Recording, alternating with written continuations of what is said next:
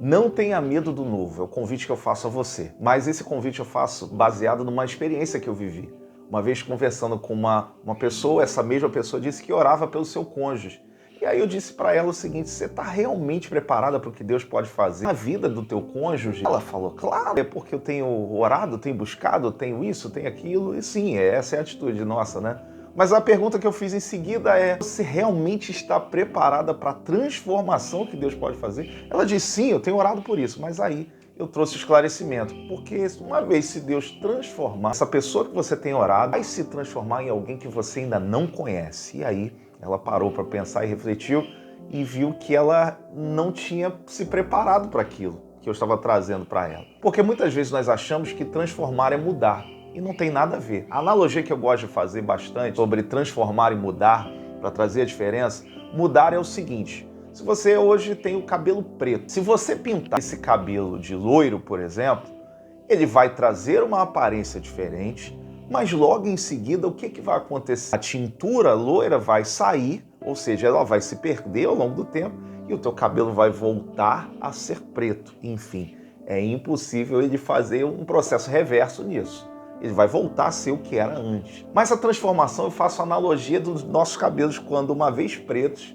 se transformam em brancos. Quando nós envelhecemos, o nosso cabelo ele vai perdendo a coloração preta, ou seja lá a cor do cabelo que você tem, e aí ele fica branco e não tem como reverter esse processo, a não ser que você, sei lá, pinte, mas vai voltar a ser aquela situação de pintar e a cor ir embora e voltar a ser o que era antes. Essa é a diferença da transformação e da mudança. A mudança traz uma sensação de transformação no início, mas no final volta a ser o que era antes. Mas a transformação muda a essência. Aquele cabelo que uma vez foi preto e agora é branco, nunca mais vai nascer preto, vai sempre nascer branco no lugar dele. Onde eu quero chegar, querido? Que uma vez que Cristo transforme, não mude, uma vez que Cristo transforme a vida de alguém, essa pessoa é mudada, ou seja, é transformada, o vício da palavra, é transformada na raiz, na sua essência. Ela desenvolve novos gostos, um novo caráter, um novo coração. E é isso que a gente não pode ter medo. Não podemos ter medo do novo. Isso traz um princípio para nós. Deus, quando transforma na sua essência, na sua raiz. Ele transforma dando pilares dentro dessa casa, dentro desse lar, dentro dessa pessoa. Então eu quero fazer esse convite para você não ter medo do novo. E às vezes a gente tem medo, porque se, por exemplo, eu falar para você assim, e muitas vezes a gente se posiciona de uma forma ruim. Se eu chegar para você e falar assim, olha, o diabo tá tramando algo contra a sua vida. Você vai jejuar, você vai orar, você vai se posicionar de acordo com essa palavra, de acordo com essa verdade. Agora, se eu falar assim, Deus tem algo novo na sua vida, a pessoa fica com medo, ela não age, ela fica desesperada. Por que a gente se posiciona quando sabemos que o inimigo tem algo contra, mas não nos posicionamos quando sabemos que Deus tem algo a favor? E é isso que eu quero te incentivar. A palavra de Deus, em 2 Coríntios capítulo 5, versículo 17, vai dizer o seguinte, deixa eu ler para você. Ora, se alguém está em Cristo, nova criatura é. As coisas velhas se passaram e eis que se fizeram novas. Perceba o seguinte, as coisas velhas se passaram, se fizeram novas. Ou seja, Deus abre um cenário, Deus abre um mundo. Tá bom, pastor, então como é que eu venço esse medo do novo? Com alguns posicionamentos que eu vou te passar aqui segundo a palavra de Deus. Gênesis, no capítulo 11, versículo de número 31, vai dizer o seguinte, tomou Tera é pai de Abrão, tá? Tomou Tera a Abrão, seu filho, e a Ló, filho de Arã, filho de seu filho, e a Sarai, sua nora, mulher de seu filho Abrão, e saiu com eles de Ur dos Caldeus para ir à terra de Canaã. Olha isso, para ir à terra de Canaã. Foram até Arã, onde ficaram. Gente, isso aqui é muito forte. Perceba, ele saiu com uma intenção, ir para a terra de Canaã, mas chegaram até essa terra aqui chamada Arã.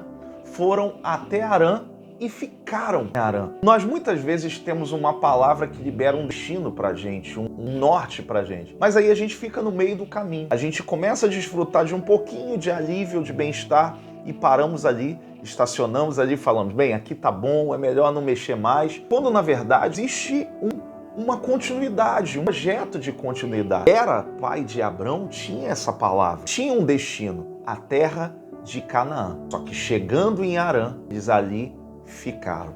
baseado até nisso, Deus, quando fala com Abrão, fala: sai da tua terra, do meio da tua parentela, da casa dos teus pais e vai para a terra que eu vou mostrar para você. Então, você vai ver que Tera tinha uma palavra e parou no caminho. Abrão, com uma palavra liberada sobre a sua vida, saiu do lugar de paralisia, lugar de comodismo, lugar de acomodação, foi viver as promessas que Deus tinha na vida dele. Então, guarda no teu coração que para que você viva o novo, você não pode estar no estado de comodismo, de acomodação. Vai mexer com você, vai exigir um posicionamento e alguns passos vindos de você.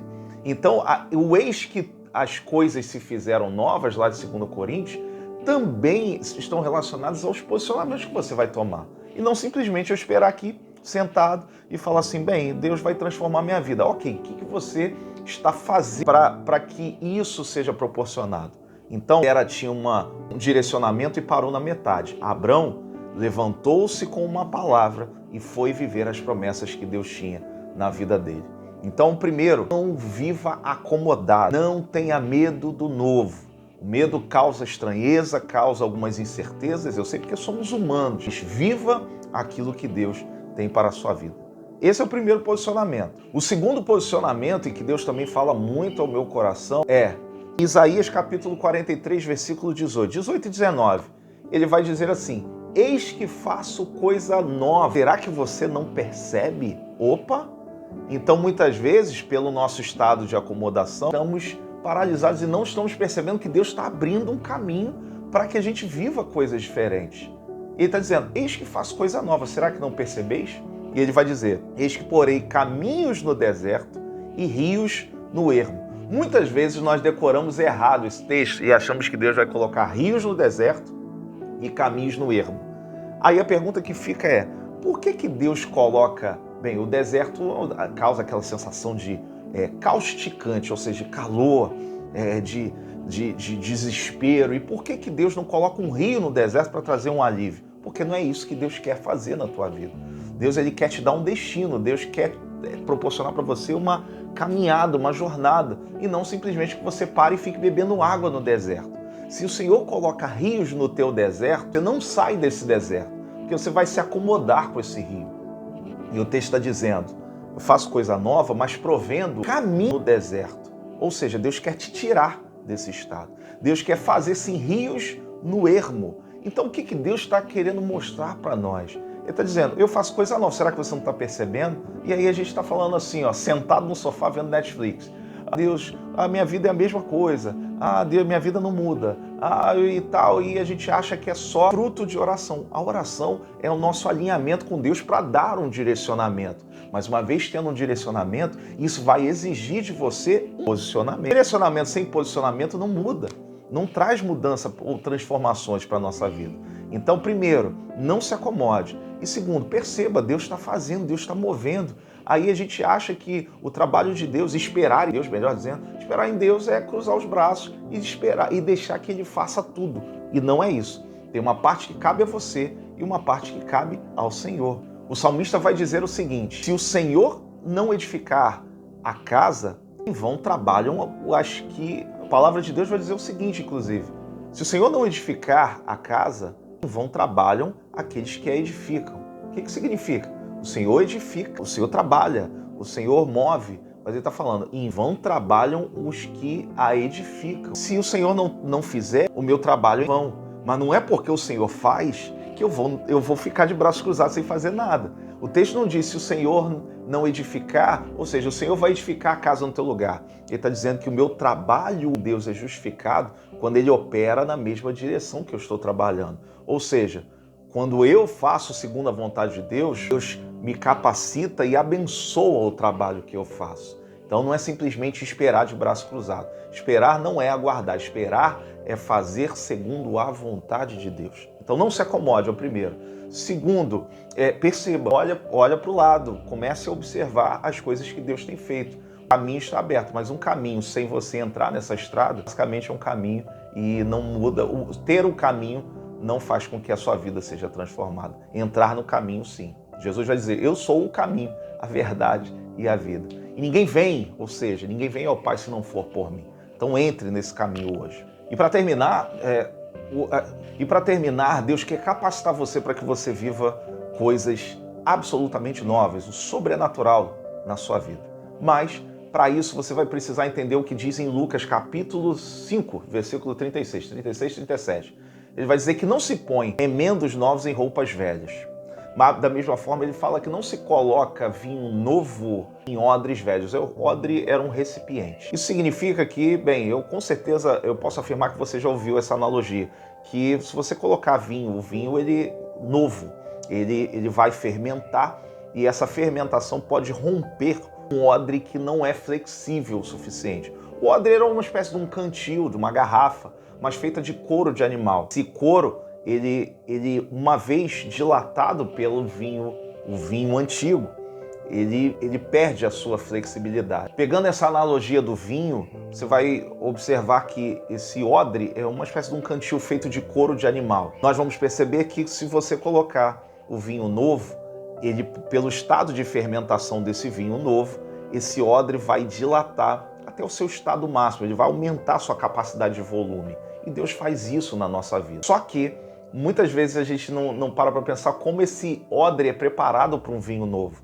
Esse odre, ele antes de ser, vamos dizer assim, cheio desse vinho novo, esse odre, que é um couro, eu disse isso para você, esse odre, ele é surrado na pedra, ele é batido na pedra para que as fibras se tornem mais espaçadas e criem um estado de elasticidade maior. Sabe o que eu quero te dizer? É que as provas, as aflições que você tem vivido, é Deus muitas vezes permitindo que o seu odre seja batido na pedra, para que o vinho novo seja derramado sobre a sua vida, para que a capacidade, o teu volume, a tua expansão permita que esse vinho novo dilate dentro de você. Esse vinho, que é por essa fermentação, vai exigir espaço na tua vida. Então a gente muitas vezes quer a mudança, mas não quer mudar. Ou seja, quer o vinho novo, só não quer abrir espaço para que essa transformação venha. Então Deus está exigindo isso de você. Não tenha medo do novo, mas para que você viva o novo, você não pode se acomodar. Você precisa perceber o que Deus está fazendo. E terceiro, deve haver disponibilidade em você. Esse vinho novo precisa ser derramado sobre a sua vida, para que capacite você a viver coisas que você mais viveu em toda a tua história. Deus tem um tempo de coisas inéditas para você. Você está preparado para isso? Então, há um caminho, Deus está falando. Há um caminho, entre por esse caminho. Viva a novidade de vida que o Senhor tem preparado para ti. E eu tenho certeza que coisas inéditas, e eu tenho certeza que aquilo que você há de viver no Senhor são coisas que eu tenho certeza que Deus vai capacitar você para isso. Mas se levante, vá viver. Não pare no meio do caminho, não se acomode com isso. Deus, ele tem isso para a tua vida. Então, se alguém está em Cristo, nova criatura é. As coisas velhas se passaram e eis que se fizeram novas. Está preparado? Assuma esse posicionamento hoje, em nome de Jesus. Essa palavra abençoa você, curta, compartilhe, se inscreva no nosso canal, recomende esse canal a pessoas se realmente tem sido um veículo de transformação na tua vida, tá bom? Um beijo no teu coração, até a próxima, em nome de Jesus.